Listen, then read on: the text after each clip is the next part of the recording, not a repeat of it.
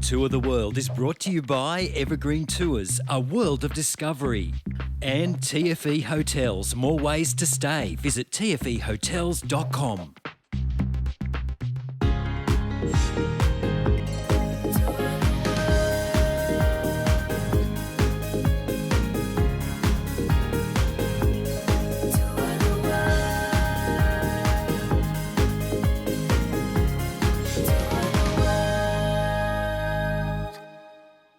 Hello there and welcome to Tour the World. Well, we're on the road again as the song goes, and Willie Nelson would have felt right at home with our tour group this week as Complete Eastern USA with Evergreen Tours continues in just a moment, including a visit to amazing Nashville. Well, this series, we're coming to you from some amazing hotels around Australia. This week, it's the historic Rendezvous Hotel Melbourne, located right in the heart of the CBD. We'll take a look around shortly, but right now, let's check this week's tour highlights. The Big Five for this week explore the genteel southern cultural capitals of Charleston and Savannah. From shrimp and grits to hush puppies, there's one spot celebs love to head for some good old-fashioned southern cooking.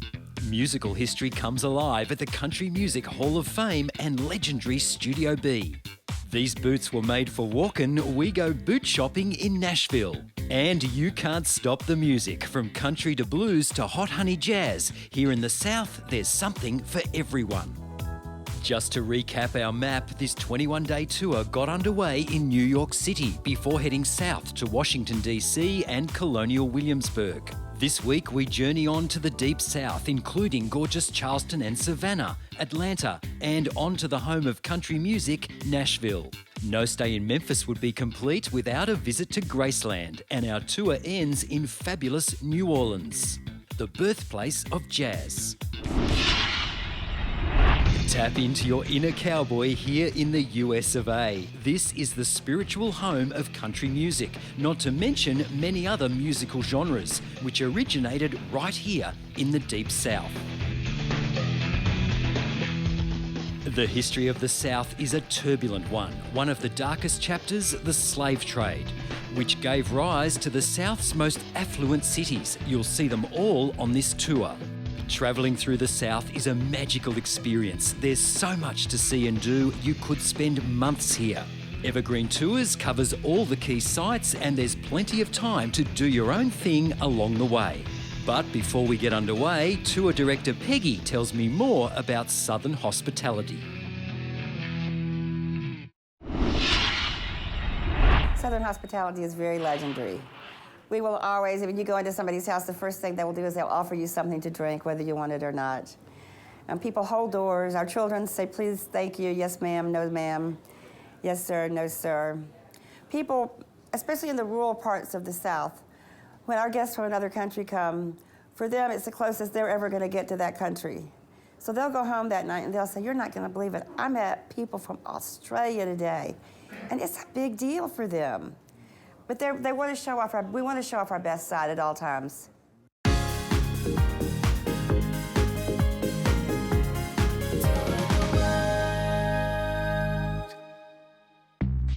With its cobbled streets and historic buildings, Charleston is renowned as a travel destination. It's one of the oldest cities in the South, and it embodies that southern graciousness we've heard so much about. So a horse and carriage seems like the perfect way to explore. All right, now, Sue, what an absolutely fabulous place Charleston is. And what a great way to see the city too. Absolutely, by horse and cart, guided by Myron. Thank you very much, Myron. It's fantastic. Yeah. Now, Charleston was established in 1670 as the centre of cotton production down here in the Deep South. There are 159 churches to explore around town if you're interested, and of course gorgeous antebellum architecture, which essentially means buildings that were built before the Civil War. Now it is a little bit warm, but as they say in Charleston, you don't sweat, you glisten. True. As a university town, Charleston's sister city of Savannah is pretty lively, and its waterfront precinct, once a no-go zone, is now a tourist hotspot. This city also has a reputation as the home of things that go bump in the night. Well, welcome to the southern city of Savannah. Now, this city has had an incredibly turbulent past. We're talking war, fire, a yellow fever epidemic, and it's renowned as being one of the most haunted cities in the whole of the United States. Even the visitor centre is built right on top of a graveyard. Now, to get to the bottom of all that, we're going to join a local ghost tour. Beware of the haints. There are plenty of ways to spend your evening in Savannah, and I opt to hit some of the local haunts. As night falls, this incredibly historic city does take on an ethereal quality. The city was established in 1733, and we visit the infamous Pirate's House, once a tavern for nefarious seafarers, now a tourist restaurant. In days gone by, young men were lured down to the cellar, drugged, then smuggled out through a tunnel to waiting pirate ships. The cellar is said to be haunted by the souls of those who resisted. So, Connie, where are you from? I'm from Atlanta, Georgia. Beautiful Atlanta. Absolutely. Okay, now, we've just been down in the cellar of the Pirate House. A lot of odd stuff has gone on here over the years. Yes. Tell me, what did you see? So down in the cellar, took a picture with my camera on my phone, got an orb of someone that was in our group. That's, for a non-believer like me, that's a little scary, a little disconcerting. An orb. Is that like a pirate orb? Pirate orb. Can you show us? This is what I found when I looked at the picture. Look at that. Spooky, huh? But seriously, Savannah is such a beautiful historic city. Well, here at the Rendezvous Hotel, Melbourne, you can experience a little slice of Aussie history. This hotel opened back in 1913, and I love the way these contemporary guest rooms contrast with the old world surrounds. It's just fabulous. Facilities include a bar, a restaurant, a gym, and of course, the hotel is an easy walk to Melbourne's fabulous dining scene. Well, coming up, some serious music history as we take you inside the Country Music Hall of Fame and Graceland.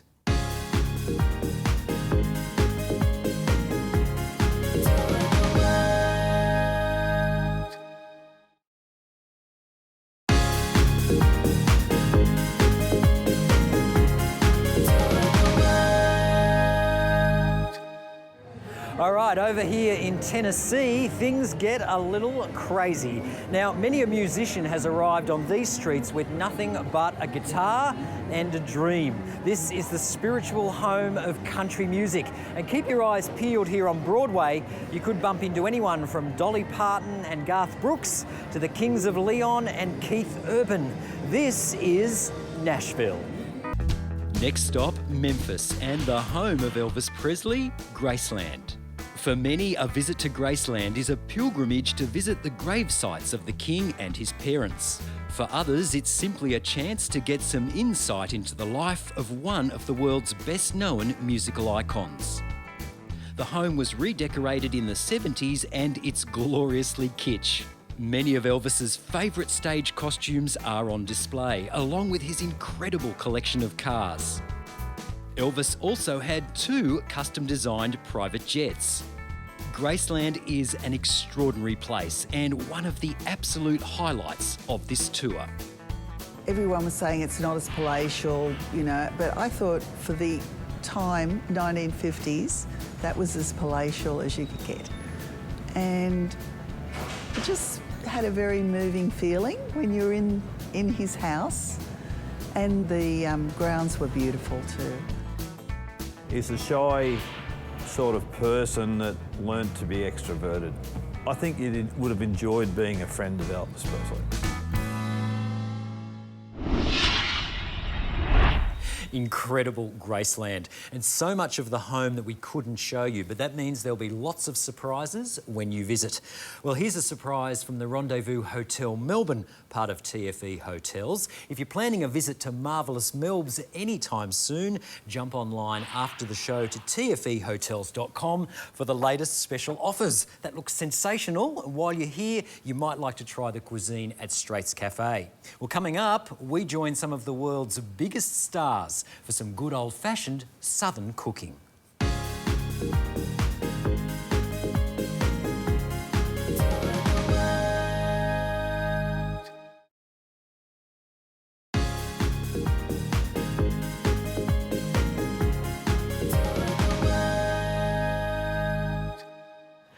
Now, the southern states of the USA have an incredibly intricate history, and a lot of it centres around the plantation and, of course, the practice of slavery, which occurred between the 1600s and the 1800s. Now, for many of us, the idea of a plantation is very much driven by Hollywood and films like Gone with the Wind, but in reality, life was often very different. We start our plantation pilgrimage at Magnolia Plantation outside Charleston. This visit is a Discover More option with Evergreen Tours. Magnolia was established in 1679 as a rice plantation. The majestic gardens came a century later. I catch up with our local guide Michael to find out more. If you were to come to this plantation in the early 1700s, you'd be in the wilderness. I mean, this was the frontier back then. And you would have been surrounded by very thick vegetative growth, almost like a jungle in this area. You would have arrived by boat, and you would have spent your day out here just wandering the gardens. During when it was producing rice, you didn't really get a lot of house guests. And the main reason is entertaining people on a plantation. When people would come and stay with you, they'd stay weeks or months. And more often than not, you didn't want them there that long, so you would entertain people in the city. When you come with us, we do a walk through the gardens at, about a 45-minute walk, and that just gives you a sneak peek into the gardens, because it really takes you days to cover all these gardens.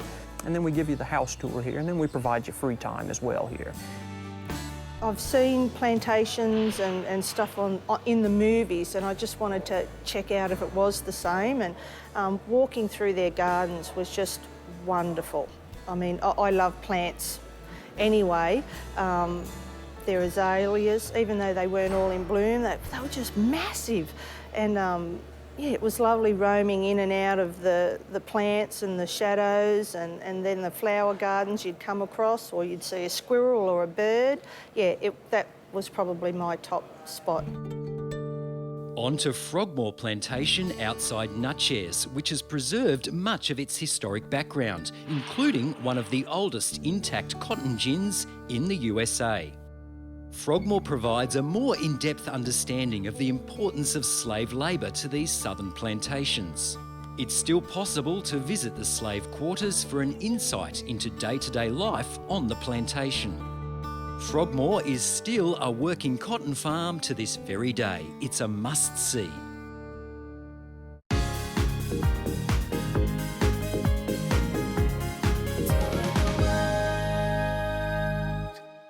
Southern food is extraordinary, and all breakfasts and several dinners are included on this tour. These dinners are a great opportunity to get to know your fellow passengers a little better. For your free night in Charleston and some good old-fashioned home-style Southern tucker, even the biggest celebs in the world can't get enough of Hyman's. Southern food is one of a kind. It sticks to your bones. It's a satisfying meal. It's comfort food all the way. Yes, it is. Grits and cheese and fried chicken and fried fish. You can't get it any better. The grit it's ground corn cooked down into a creamy, almost like a grittier cream of wheat. And you can eat it, when you're from the South, you eat grits with tomatoes, gravy, with breakfast, sausage, eggs, and bacon and grits. And also an old Southern tradition is shrimp and grits and fish and grits. A lot of people eat that for breakfast. Several restaurants you visit will have she crab soup on the menu, highlighted. What is she crab soup? She crab soup is it's a cream-based soup, similar to a chowder, basically with the crab roe, a little bit of sherry, and crab meat. Now another travel tip from Sunwild Holidays, your tour specialist. Booking through a travel agent like Sunwild Holidays can save you time and money.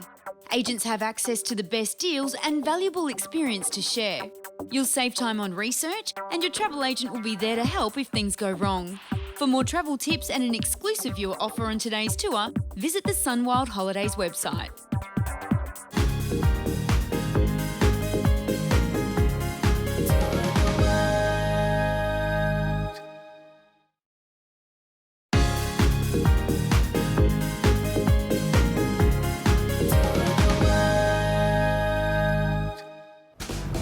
there's no doubt about it, on a tour like this, you need a pair of boots that were made for walking.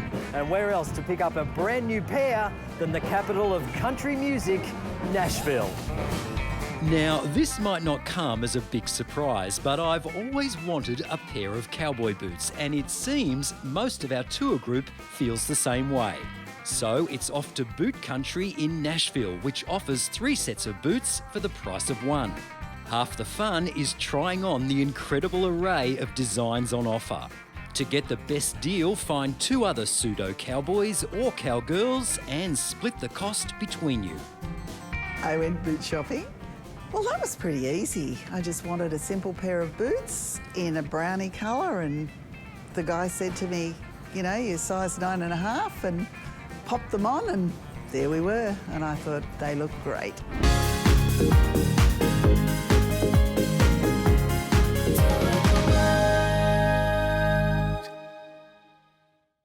I know most of our group have been looking forward to our visit to the Grand Ole Opry in Nashville, a country music stage concert that's also broadcast as a radio show. It's been running every week since 1927. We tour backstage, then settle in for the show, opened by the Opry dancers.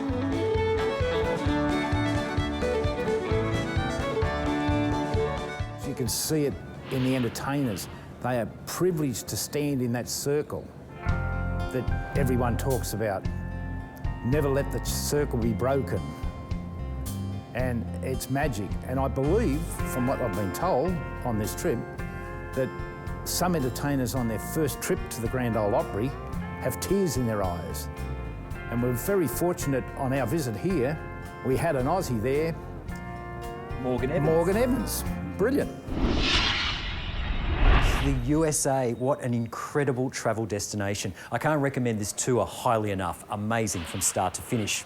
Well, special thanks this week, of course, to the Rendezvous Hotel Melbourne and TFE Hotels for their hospitality, and as always to Evergreen Tours. It really is a world of discovery out there with these guys. Until next week, see you then.